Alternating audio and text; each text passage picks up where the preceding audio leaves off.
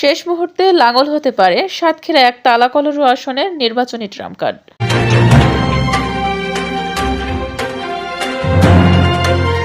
আসসালামু আলাইকুম দর্শক, সকলকে স্বাগত জানাচ্ছি ভিবিআর নিউজে।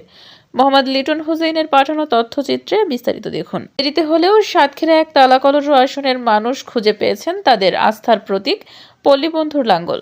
যেন হারানো ধন ফিরে পেয়েছেন এই জনপদের ভোটাররা। জাতীয় পার্টির প্রার্থীর প্রচারণা ও গণসংযোগে ভোটারদের মাঝে নতুন করে উৎসাহ উদ্দীপনা লক্ষ্য করা যাচ্ছে। এতে স্পষ্ট হচ্ছে এই অঞ্চলের জাতীয় পার্টির অবস্থান এখনো শক্ত। দলীয় আস্থার প্রতিদান দিতে দিনরাত গণসংযোগ চালিয়ে যাচ্ছেন জাতীয় পার্টির মনোনীত প্রার্থী অ্যাডভোকেট মোহাম্মদ জিয়াউর রহমান। তার নিরলস প্রচেষ্টা ও মাঠ পর্যায়ের সক্রিয় উপস্থিতি সর্বমহলে প্রশংসিত হচ্ছে। এখন এই আসনে আলোচনার কেন্দ্রবিন্দুতে রয়েছেন লাঙ্গল প্রতীক।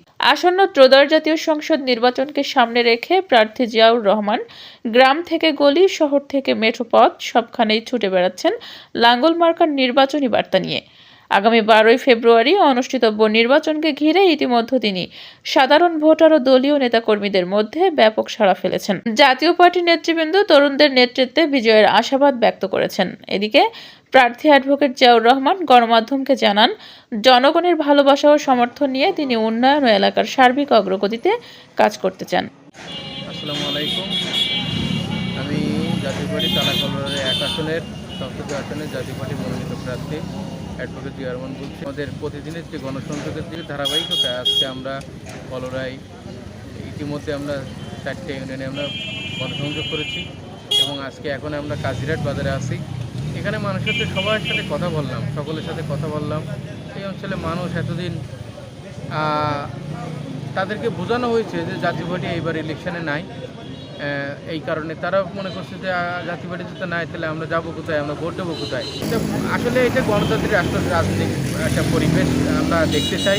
জাতীয় পার্টি সবসময় একটা নির্বাচনমুখী একটা রাজনৈতিক দল এবং জাতীয় পার্টি স্বাধীনতার সপক্ষে বিশ্বাস করে। আপনি জানেন যে আমাদের নেতা এরশাদ, উনি 68 গ্রাম বাংলার উন্নয়নের রূপকার, সারা বাংলাদেশের উনি 1000 বছরের শ্রেষ্ঠ সংস্কারক। উনি একদম রুট টপ লেভেল থেকে নিচ লেভেল পর্যন্ত প্রশাসন বিকেন্দ্রীকরণ এবং মুক্তিযোদ্ধারা সর্বকালের সর্বশ্রেষ্ঠ সন্তান, এটা পল্লীবন্ধু এরশাদেরই সৃষ্টি। এবং উনি প্রতিটা জেলায় এবং উপজেলায় এই মুক্তিযোদ্ধা সংসদ কমপ্লেক্স করার জন্য 5 কাঠা করে একটা জমি 101 টাকার বিনিময়ে প্রত্যেকটা জেলা এবং প্রত্যেকটা উপজেলায় উনি এটা বরাদ্দ দিয়েছিলেন। এবং মুক্তিযোদ্ধাদের যে ভাতা, এটা এই কোথাও কিন্তু নেতা এরশাদ চালু করেছিলেন। আপনি জানেন যে আমরা যে কোটা সংস্কার আন্দোলনের কথা বলি, কিন্তু মুক্তিযোদ্ধার সন্তানরা যাতে চাকরি পায় বা মুক্তিযোদ্ধারা যাতে ভালো থাকতে পারে, যাতে শেষ বয়সে যাতে কোনো অসুবিধা না হয়, এর জন্য নেতা এরশাদই প্রথমেই ভাতা চালু করেন এবং তাদের সন্তানদের জন্য বিভিন্ন জায়গায় চাকরি বাকরির জন্য 30% কোটা চালু করেছিলেন। বাস্তব ক্ষেত্রে আসলে 71 সালে যদি আজকে দেশ স্বাধীন না হতো, তাহলে আজকে আমি এই কলরায় কাজিরাটের এখানে দাঁড়িয়ে এবার স্বাধীনভাবে কথা বলতে পারতাম না। এই কারণে আমি ধন্যবাদ জানাই সবাইকে।